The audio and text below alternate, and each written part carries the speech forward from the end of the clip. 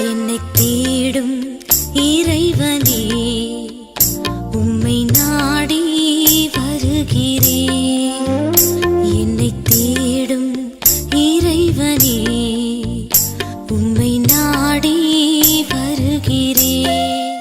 இன்றைய தியானத்தின் தலைப்பு தேவனுடைய பிள்ளை. வாசிக்க வேண்டிய திருமறை பகுதி யோவான் 1 அதிகாரம் வசனங்கள் 1 முதல் 15 வரை. தேவனுடைய பிள்ளை. அவர்கள் தேவனாலே பிறந்தவர்கள். யோவான் 1:13.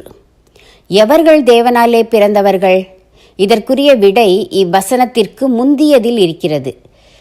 இயேசு கிறிஸ்துவினுடைய நாமத்தின் மேல் விசுவாசம் உள்ளவர்களாய் அவரை ஏற்றுக்கொண்டவர்கள் எத்தனை பேர்களோ அத்தனை பேர்களும் தேவனுடைய பிள்ளைகளாகும்படி அவர்களுக்கு அதிகாரம் கொடுத்தார். யோவான் 1:12.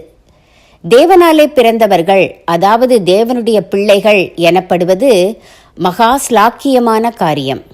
ஒரு செல்வந்தனுடைய பிள்ளையாக பிறப்பது அல்லது ஓர் அரசனுடைய பிள்ளையாக பிறப்பது என்பது நம் கையில் இல்லை. ஆனால் நாம் எல்லாரும் தேவனுடைய பிள்ளைகளாகலாம். அது எப்படி என்பதைத்தான் 12வது வசனம் கூறுகிறது.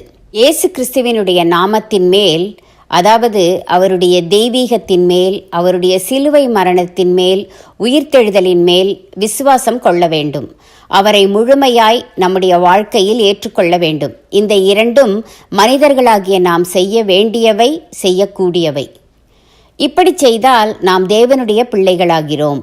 இதுதான் கிறிஸ்தவத்தின் முதல் படி. இதன் பின் தேவனுடைய பிள்ளைகளுக்கென்று தனி வழி அல்லது வேறுபட்ட வழி ஒன்று இருக்கிறது.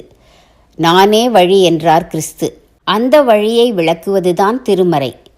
திருமறையில் கிறிஸ்தவர்களின் வாழ்க்கைக்கான நெறிமுறைகள், ஆலோசனைகள், வாழ்க்கையின் இலக்கு, அந்த இலக்கினை அடையும் முறை, வாழ்க்கையின் வழியில் வரும் இடர்பாடுகளை கடக்கும் முறை யாவும் சொல்லப்பட்டிருக்கின்றன. நாம் கிறிஸ்துவுடனே அவர் சொல்கிறபடி நடந்தால் மனதில் திருப்தி ஏற்படும். அது போதாதா? தேவனுடைய பிள்ளைகள் என்றால் பரலோகத்தின் வாரிசுகளாகிறோம். விசுவாசம் என்ற ஆதார் அட்டை மட்டும் அதற்கு போதுமானது. தேவனுடைய பிள்ளைகள் என்றால் பரலோகத்தின் வாரிசுகளாகிறோம். விசுவாசம் என்ற ஆதார் அட்டை மட்டும் அதற்கு போதுமானது.